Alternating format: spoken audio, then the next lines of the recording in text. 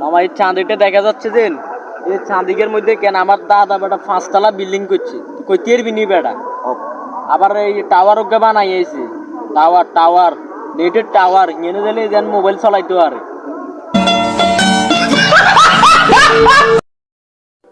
আরে বেটা তোর দাদাকে এখানে চাঁদের দেশে কি 5 তলা বিল্ডিং নিয়ে বানাইছে?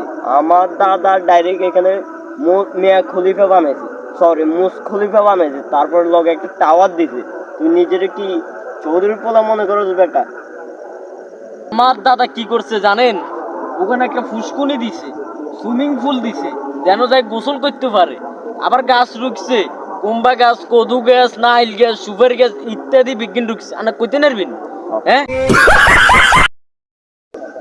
তোমার দাদা আমার হ্যান্ড এক কান দিয়েছে না, হ্যাঁ